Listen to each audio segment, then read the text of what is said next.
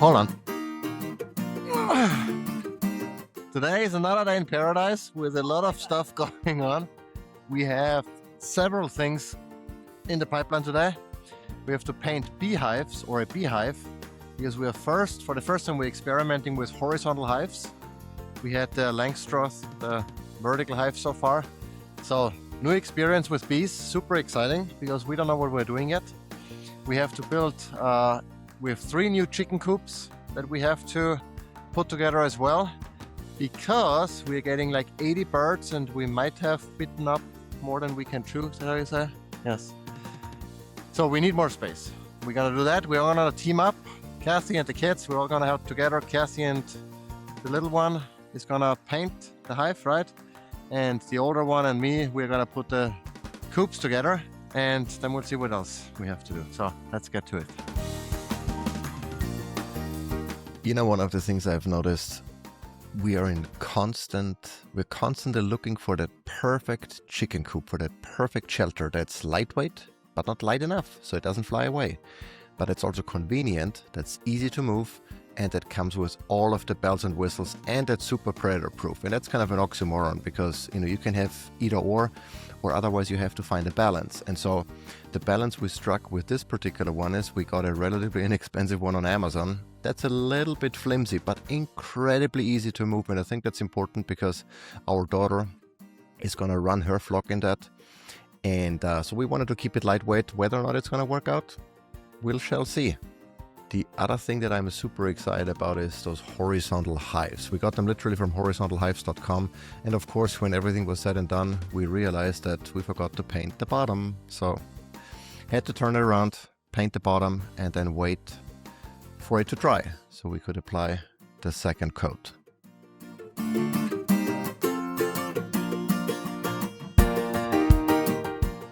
Well, I'm not gonna lie, building that coop took way longer than I had thought. Spent over 2 hours doing it. It's fine. We're still not done with the second coat on the bottom of this horizontal hive. I only applied 1 coat. But before we can do this, still has to dry for, I don't know, maybe an hour or so. We have to get our mobile rabbit tractor ready and prepare for tomorrow's freeze again. Make sure that our pigs' water has the water heater, the tank heater in it. So let's do all of that before we finish this guy up. This here. And then we call it a day. It's exhausting. It's been an exhausting day. And what we need is a cinder block.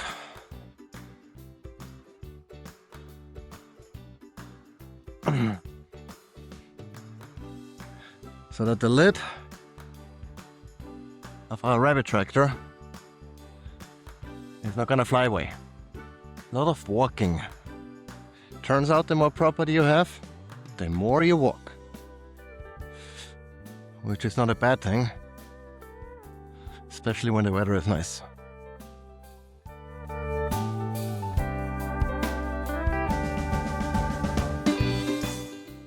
So this will prevent that lid here from escaping. And as you can maybe tell, that rabbit tractor is quite a bit away from the house, which is all the way up there. And I'm a little concerned about predators.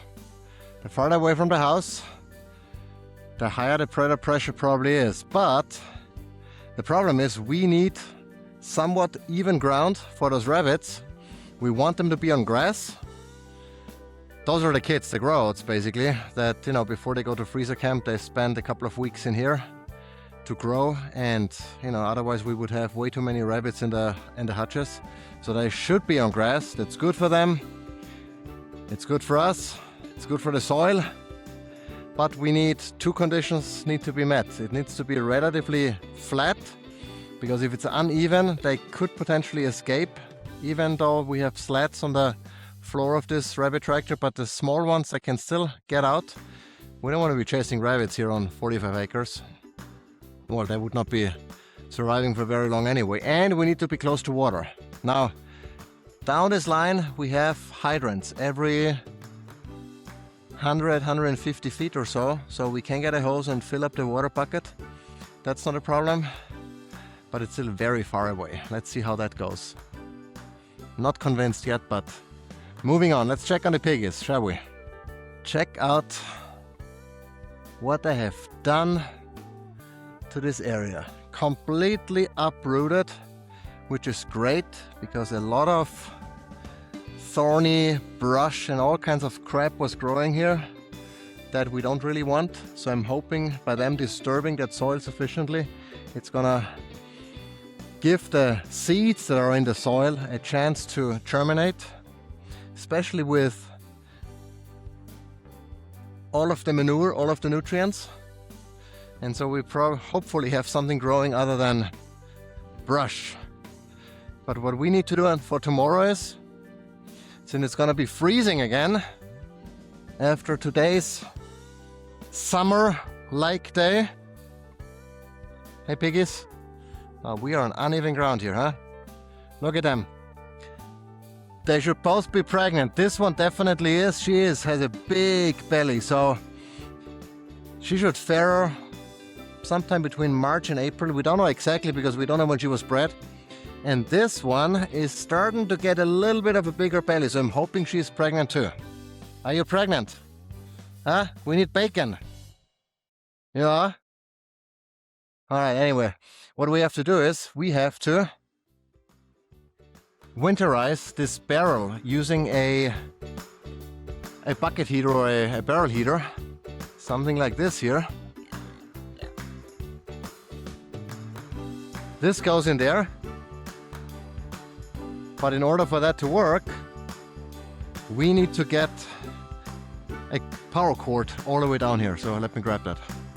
Alrighty, got an extension cord. It's long enough.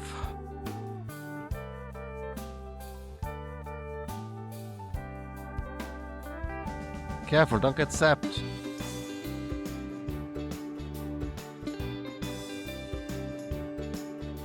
Merge this guy. Bada bing, bada boom. I know. Now we don't want to squeeze this. And now, put this guy on top of here. On the front. So we don't squeeze the cable too much. But the lid's not gonna fly off because we're gonna get very strong winds tomorrow again. Gonna throw this in here. And we should be all set. You guys, it's a little too early to eat, huh? Or should I feed you now? I guess since we're here, we'll feed them now. It don't matter. Well, it does, but not to the extent that it would be a problem, so. We are on uneven terrain here, people. We are on uneven terrain. All right, I'm going to feed you.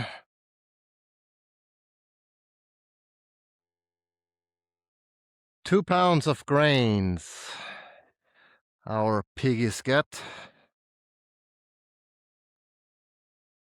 Can't wait for grass to be growing and, well, insects to be out,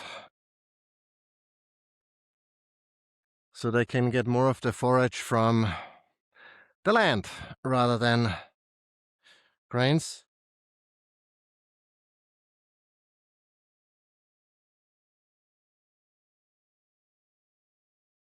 There you go. Who wants some slop? Come, go back. Back. I know you guys are super hungry. You're always hungry. You literally like you pigs. Huh? All right. Jump. Alrighty. We got this. Water is working. Electricity is hooked up. But I don't see the light on. We might have to check. Is the light on? Yes, the light is on. So we are hot. We're good to go here. Now let's check on the chickens, how many eggs they've laid. And then we're getting close to being able to paint a second coat. And if we're running cables outdoors, I really like this guy here. I don't know what it is. Cord Protect, it's called. twistandseal.com. Not affiliated with those guys. I've had this forever, barely used it, but now it is rediscovered it because it can not only prevents the cable from unplugging if you connect multiple cables, but it also has this rubber gaskets here to prevent water from getting in, or at least to reduce water from getting in. There might be some water getting in. It's not 100% obviously, especially if you have thicker cables like the outdoor cables here, but it has been working sufficiently well, and I really like this, guys. Extends the lifetime of the cable a little bit, prevents shorts and the cables coming apart, which would not be a good thing.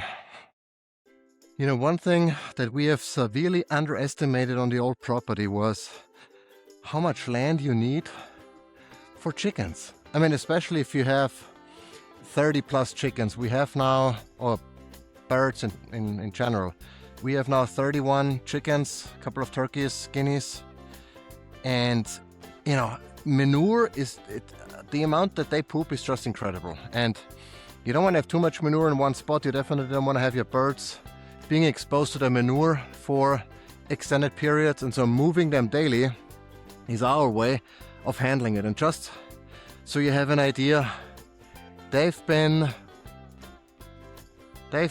all over here to here approximately.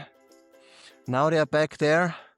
Coop is all the way over there. We started moving them from here, from the beginning of the fence, one length every day, and in no time are we at the end here. They've been here, all of them. I mean, we've now, I guess, rotated them over, I don't know, maybe an acre and a half or so. So that's more than what we had on the old property. And, surprisingly, we destroyed the soil. I mean, we didn't destroy the soil. The soil actually got better, but we overused it. We abused it a little bit. And so here we have much more space, but nonetheless, it's unbelievable how much land you really need to rotate them and to not bring them back where they were for 60, 90 days or so, to really give the pathogens enough time to die off for the most part. And I'm happy that we have the land now, but nonetheless, we want to keep them fenced in at night, to make sure, well, first of all, because otherwise they lay eggs everywhere, not only in the nesting box, and so I don't want to have an Easter egg hunt every single day. That's one thing. And then especially the turkeys, they always come up where we are. I mean, they're like dogs. As soon as they hear us, they come, and then they perch on our front porch, on the chairs, and poop everywhere. So that's only fun, if the first week of having chickens or turkeys or what have you. It gets old super quick, and so that's why the fencing. But with the fencing, that means we have to move the fencing also. That's, another chore. At some point, maybe, we'll move those chickens farther away so they don't come all the way up. But it also means longer chore times. There's always this pro and con that you have to evaluate. And so let's check out how many eggs we got today from our birdies.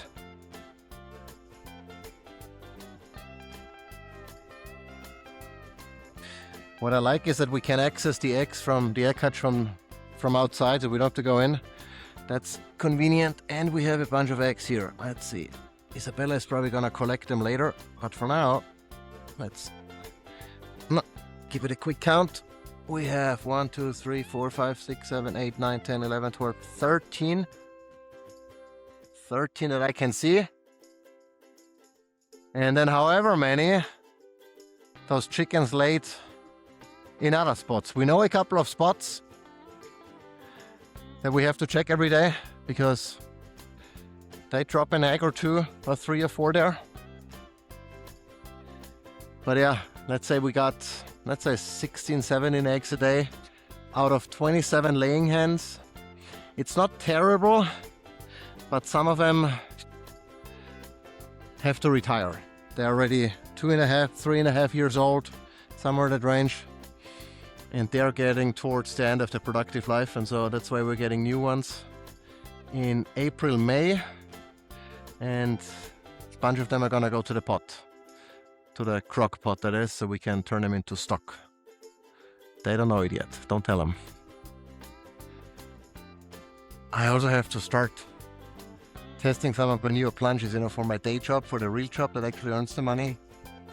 So I have a couple of new plunges. If you're interested, if you're into that, cold plunging, sauna bathing, one of those things, I encourage you to check out my main YouTube channel under my name.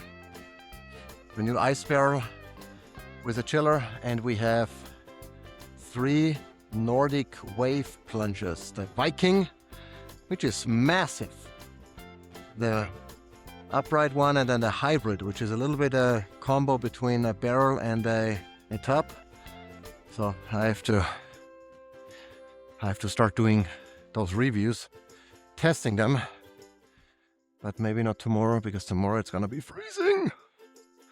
I think enough time has passed now that we can give it a second coat, put it in the shed to dry and cure overnight, and then that will be ready. Alrighty, that should be done now. Tonight we're gonna get montaditos. Those are a Spanish dish, and we make them with sourdough bread sliced. It's like a baguette type of style bread, and then we put stuff on top like anchovies, salmon, cream cheese. We have olives. We might have some couple of almonds, etc. It's really, really good. Combined with a good organic apple cider.